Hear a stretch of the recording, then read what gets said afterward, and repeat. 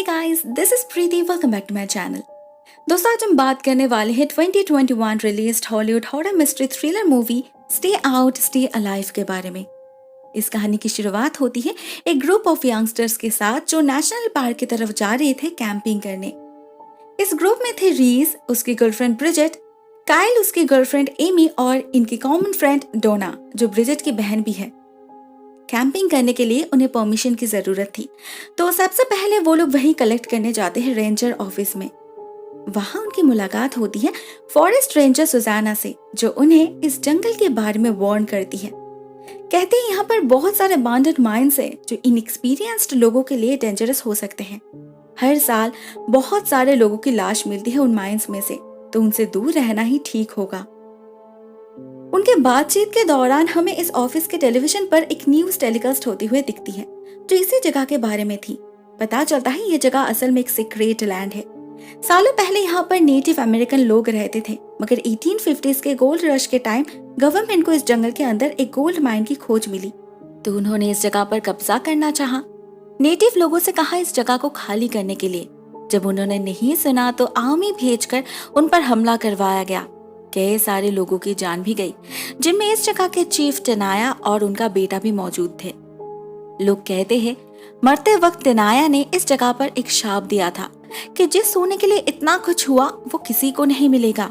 जो भी इसे पाने की कोशिश करेगा उसे मरना पड़ेगा। उनके आत्मा के हाथ से कोई भी जिंदा बच नहीं पाएगा। टीवी पर इतना कुछ दिखा रहा था, पर किसी का ध्यान ही नहीं गया उस तरफ। सभी हंसी मजाक में ही बिजी थे। इनफैक्ट सुजाना के बातों को भी कोई सीरियसली नहीं लेते। परमिशन मिलते ही सभी निकल पड़ते हैं जंगल की तरफ। रात हो चुकी थी, तो सभी कैंप लगा के सोने की तैयारी करने लगते हैं। उनके बीच डोना को काफी अजीब लग रहा था, क्योंकि वो ही सिर्फ सिंगल थी इन कपल्स के बीच। ऊपर से किसी बात को लेकर उसका मूड भी ठीक नहीं था। उसे बहुत अनईजी फील हो रहा था, तो वो सोने से पहले कुछ देर के लिए वॉक पर जाने की डिसाइड करती है। सभी उसे मना करते हैं, अंधेरे जंगल में ऐसे भटकना ठीक नहीं होगा, मगर वो नहीं सुनती। एक टॉर्च और एक रेडियो लेकर निकल पड़ती है जंगल को एक्सप्लोर करने। उसका प्लान था सबके सो जाने के बाद वो भी चुपचाप आकर सो जाएगी, इसीलिए वो ज्यादा दूर भी नहीं जाती। मगर कुछ देर बाद ही उसे अचानक बहुत डर लगने लगता है। ऐसा लगता है जैसे कोई छुपके से उस पर नजर रख रहा हो। वो भागती है कैंप की तरफ, मगर रास्ता भटक जाती है और कहीं गिरकर बेहोश हो जाती है। उधर कैंप में किसी को पता भी नहीं चलता उसके साथ इतना बड़ा हादसा हो चुका है। वो तो जब सुबह एमी उसे बुलाने जाती है तब जाके सबको पता चलता है कि डोना कल रात लौटी ही नहीं थी। सबसे पहले उसके रेडियो पर कांटेक्ट करने की कोशिश की जाती है, लेकिन कोई रिस्पॉन्स नहीं मिलता। एमी और काइल उसी वक्त निकल पड़ते हैं उसे ढूंढने। वो लोग सीरियसली टेंस्ड लग रहे थे, मगर उसके अपनी बहन ब्रिजेट, उसे लग रहा था डोना अटेंशन पाने के लिए ये सब कुछ कर रही है। वो ज्यादा परेशान नहीं होती। लेकिन जब बहुत ढूंढने के बाद भी डोना नहीं मिलती तो सभी डर जाते हैं।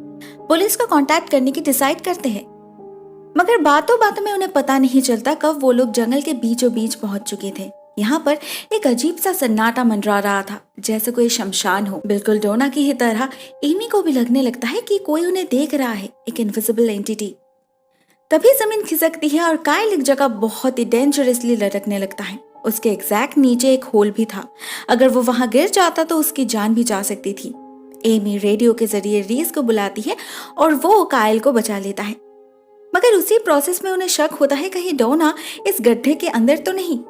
रीस अंदर जाता है चेक करने, और तभी टॉर्च के रोशनी में उन्हें डोना दिख जाती है। वो बेचारी कल रात इसी गड्ढे में गिरकर बेहोश हो गई थी। उसके पैर के ऊपर एक बहुत बड़ा पत्थर गिरा है, इसीलिए वो हिल नहीं पा रही है।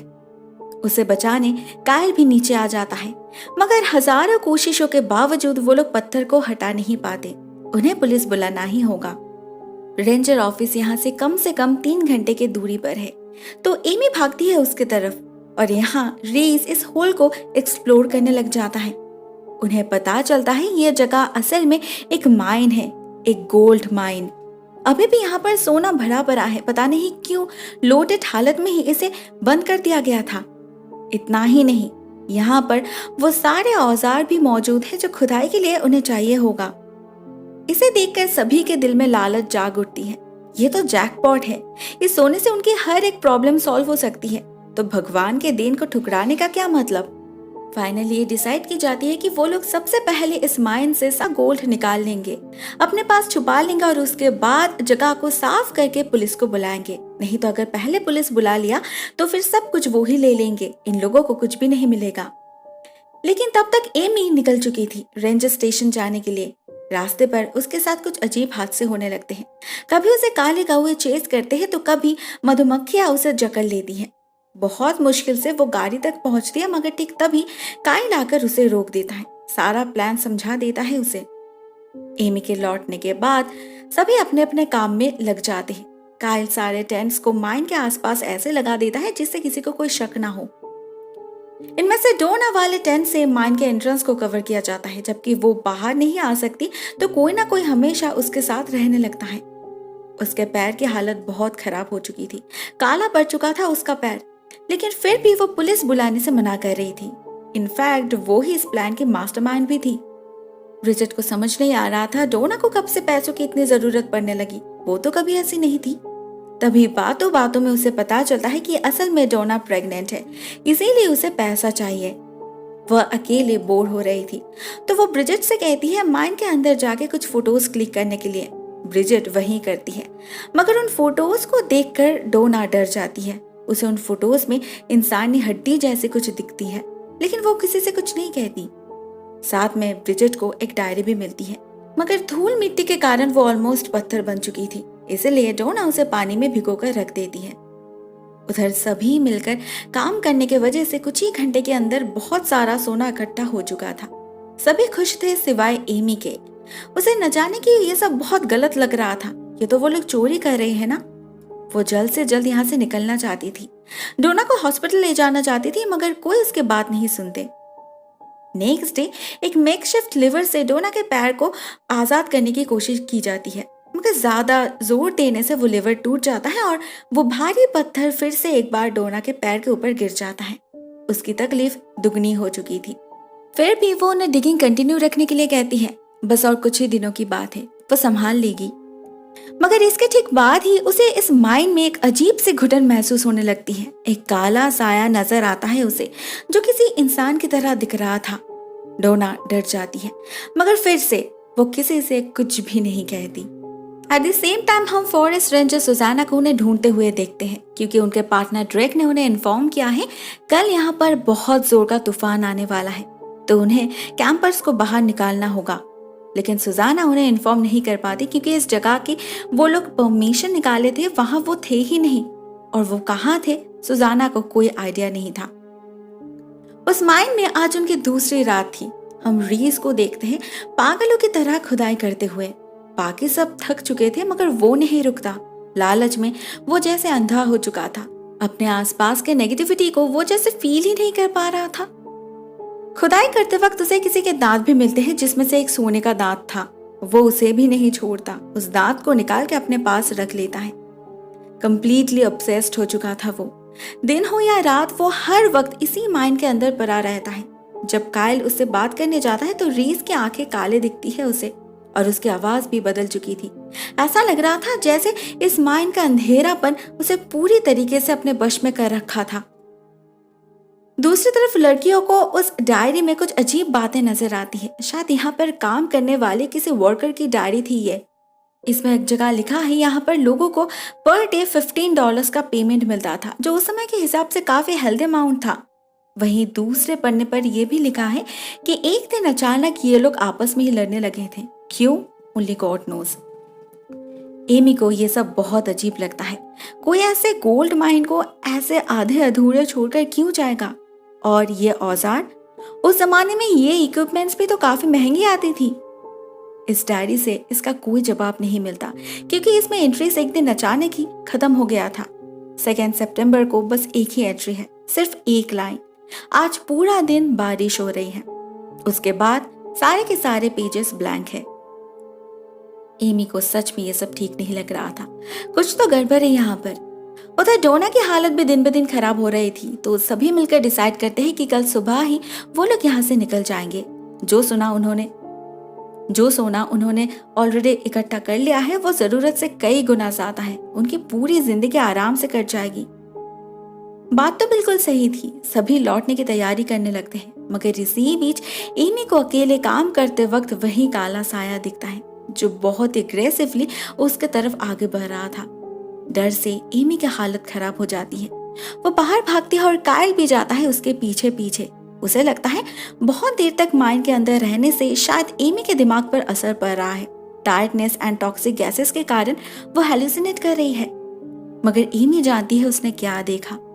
वो फिर से उस माइन के अंदर जाना नहीं चाहती थी और उसे मनाने के चक्कर में कायल को डोना को अकेला छोड़कर जाना पड़ता है। एमी तो इतनी डर चुकी थी कि उसे माइन के बाहर भी काले काले साए नजर आ रहे थे, मगर असल में ये सुजाना थी। उन्हें ढूंढते हुए आखिर तक वो यहाँ पर पहुंच ही चुकी थी। वो इन सभी को आने वाले तूफान के बारे में इन्फॉर्म करती है और इस जगह को खाली करने के लिए कहती है। इसी बीच माइन के अंदर डोना के साथ सब कुछ बहुत अजीब होने लगता है। कोई इनविजिबल एंटिटी उसके बालों को सहलाने लगता है और एक एक करके सारे लाइट्स भी बुझ जाते हैं। कैंडल्स तो ऐसे बुझते हैं जैसे किसी ने फूंक मारा हो। अंधेरे में खुद को अकेला पाकर डोना डर जाती है और नींद टूटने के बाद जोर जोर से चिल्लाने लगती है। ये आवाज सुजाना के कान तक जा पहुंचती है। वो भागती है टेंट के अंदर चेक करने और अंदर घुसते ही वो डायरेक्टली माइन के अंदर गिर जाती है। वो बेहोश हो गई थी, मगर सबको लगता है वो मर गई होगी, इसीलिए सभी आपस में लड़ने लग जाते, एक दूसरे को कोसने लगते हैं। साथ में उनके कलेक्ट किए गए 10 पैकेट में से 2 गायब हो चुके थे। उसे लेकर भी रीस कायल पर चिल्ला रहा था। इस सब के चलते कोई नोटिस ही नहीं करता कब सुजाना उनके बीच से निकल चुकी थी। एमी उसे रोकने की कोशिश करती है, इवन उसका मुंह बंद रखने के लिए गोल्ड शेयर करने का ऑफर भी देती है, मगर सुजाना राजी नहीं होती। बार बार कहती है कि ये गोल्ड कर्स्ड है, उसे निकाल के उन लोगों ने बहुत बड़ी गलती की है। एमी उसे मारना नहीं चाहती थी, मगर उसे रोकने का और कोई रास्ता भी नजर नहीं आ रहा था। एमी को मजबूरन उसी के बंदूक से उसे शूट करना ही पड़ा। तब तक बाकी लोग भी पहुंच चुके थे वहां पर। इतना बड़ा कांड हो चुका था, सभी डर गए थे, मगर रीस को जैसे कुछ फर्क ही नहीं पड़ रहा था। वो तब भी गोल्ड पैकेट से ढूंढ रहा था। उसने सुजाना की गन और रेडियो दोनों ही अपने कब्जे में कर लिया था। जब कायल और एमी भागने की कोशिश करते हैं तो वो उन्हें गन पॉइंट पे धमकाता है। फोर्सफुली उनसे सुजाना की लाश को माइन के अंदर ले जाता है और फिर उसे छुपाने के लिए प्लान बी रेडी करता है। इस बार भी उसे गाइड करती है डोना। वो कहती है उसके पैर के इस पत्थर को निकालने का बस एक ही तरीका बचा है, उन्हें गाड़ी के साथ रस्सी बांधकर इसे खींचना होगा। एक बार वो निकल जाए तो वो लोग इस जगह को कवर अप कर सकते हैं मिट्टी से, किसी को पता भी नहीं चलेगा इसके अंदर एक लाश पड़ी है। ये प्लान रीस को पसंद आता है। वो एमी से कहता है गाड़ी लाने और कायल से कहता है गोल्ड पैकेट्स ढूंढने के लिए। एमी निकल तो जाती है, मगर जाते जाते डोना को वार्न कर जाती है कि ये जगह कर्स्ड है, उन्हें यहाँ से निकलना होगा जल्द से जल्द। उसके बातों से डोना के अंदर भी कुछ होता है। वो उस डायरी को अच्छे से चेक करती है और उसे पता चल जाती है इस जगह की असलियत। असल में ये वही गोल्ड माइन है जिसके लिए चीफ टेनाया और उसके बेटे को मरना पड़ा था। ये सोना सच में ही कर्स्ड है। उनके मरने के बाद से जब भी इसमें डिगिंग हुई कोई ना कोई एक्सीडेंट जरूर हुआ था और इसीलिए इनमें काम करने वाले लोगों को उतना ज्यादा पैसा मिलता था, क्योंकि कोई काम करना ही नहीं चाहता था यहाँ पर। इनफैक्ट अभी उनके साथ जो कुछ भी हो रहा है वो भी पास्ट का ही रिपीटेशन है। उस समय भी 2 पैकेट गोल्ड मिसिंग हुआ था, जिसे लेकर वर्कर्स के बीच हाथापाई हुई थी। एक माइनर ने तो एक वर्कर को शूट भी कर दिया था और उसके बाद ही शुरू हुई थी बारिश, बिल्कुल आज की ही तरह। डोना समझ जाती है इस माइन में इतना सारा गोल्ड क्यों बचा है, क्योंकि ये माइन फ्लडेड हो चुका था। ये असल में एक ग्रेव है। सभी वर्कर्स मरे गए थे इसके अंदर।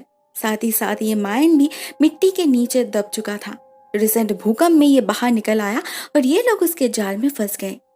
वो दिन भी 2 सितंबर था एंड अनफॉर्चुनेटली आज भी 2 सितंबर ही है। डोना के लिए सारी बातें क्लियर हो चुकी थी, तो वो अपनी पूरी कोशिश करती है अपने पैर को बाहर निकालने के लिए, क्योंकि उसे पता था एमी के गाड़ी लाने तक ये माइन डूब जाएगा। वो रीस से भी मदद मांगती है, मगर वो तब भी डिगिंग करने में बिजी था। उसके पागलपन से कायल डर जाता है और उससे सुजाना के रेडियो को छीनने की कोशिश करता है, मगर इससे रीस इतना नाराज हो जाता है कि एक शार्प ऑब्जेक्ट से उसका खून ही कर देता है। ब्रिजेट इस वाले रीस को पहचान नहीं पा रही थी। वो भागती है डोना के पास उसकी मदद करने, मगर डोना रीस से मदद मांगने के चक्कर में उसके सामने ये रिवील कर देती है कि उसके पेट में ये जो बच्चा है ये रीस का है, मतलब उसने अपने बहन को चीट किया है। ये बात सुनने के बाद ब्रिजेट और उसकी कोई हेल्प नहीं करती, ना रीस करता है। वो तो उल्टा उसे पानी में डुबोकर मारने की कोशिश करता है। असल में वो पागल हो चुका था। जब माइन आधे से ज्यादा पानी में डूब चुका था तब भी वो खुदाई कर रहा था। ऐसे ही खुदाई करते करते वो एक पूरा दीवार ही तोड़ देता है। अंदर से निकाल आता है कई सारे लोगों की स्केलेटन्स। ये उन्हीं वर्कर्स के थे। फाइनली उसका होश लौटता है और वो बाहर जाने लगता है, मगर डोना को कोई हेल्प नहीं करता। वो ब्रिजेट ऐसा नहीं चाहती थी। अपने बहन को डूबते देख वो रोने लगती है तो रीस उस हालत में भी उसे मारने लगता है। उसके बालों को खींच के उसके जरिए बाहर निकलने की कोशिश करता है। वो तब तक ब्रिजेट को भी अपने आसपास काले साए दिख चुके थे। इवन उसके सामने ही गोल्ड से भरा उसका बैग फिर से माइन में गिर जाता है अपने आप ही। उसे समझ आ गया था डोना और एमी क्या कह रही थी। वो रीस को भी समझाने की कोशिश करती है। इस सोने के साथ वो बाहर नहीं निकल सकता। उसे अपनी जान बचानी है तो इस सोने को फेंकना होगा उसे, मगर रीस नहीं सुनता। इतने में डोना के हाथ लग जाता है कायल की लाश। उसके गले में फंसे औजार से डोना पत्थर को हटाकर ऊपर आ जाती है और उसी से रीस का खून भी कर देती है। मगर आखिरकार वो भी उसी की तरह लालच के जाल में फंस जाती है। सारा सोना फिर से पानी के नीचे डूब चुका था। बस एक पैकेट उसके सामने पड़ा था। वो उसे पाने के लिए अपना पूरा समय जाया कर देती है। खुद को निकाल नहीं पाती। वो पानी के बहाव से आसपास की पूरी जमीन खिसक कर माइन के अंदर गिर जाती है और डोना जिंदा दफन हो जाती है। अकेले बच जाती है तो ब्रिजेट, क्योंकि एट लास्ट वो खुद को लालच से आजाद कर पाई थी। दूसरी तरफ एमी भी थी, जिसे शुरू से ही ये सब गलत लग रहा था, क्योंकि उसकी मोरालिटी जिंदा थी जो बाकियों ने लालच के सामने खो दिया था। शायद इसीलिए सबसे पहले सच उसने ही देखा। दोस्तों, ये कहानी यहीं पर एंड हो जाती है। मुझे कहानी ठीक ठाक लगी। हॉरर से ज्यादा थ्रिलिंग है, साथ में एक तगड़ा मैसेज भी है। लालच बुरी बला है ना। आज के लिए बस इतना ही दोस्तों। आई होप आपको वीडियो पसंद आई होगी। Thank you so much for watching this video. बहुत जल्द मिलते हैं किसी और नए वीडियो के साथ। तब तक के लिए टेक केयर, टाटा।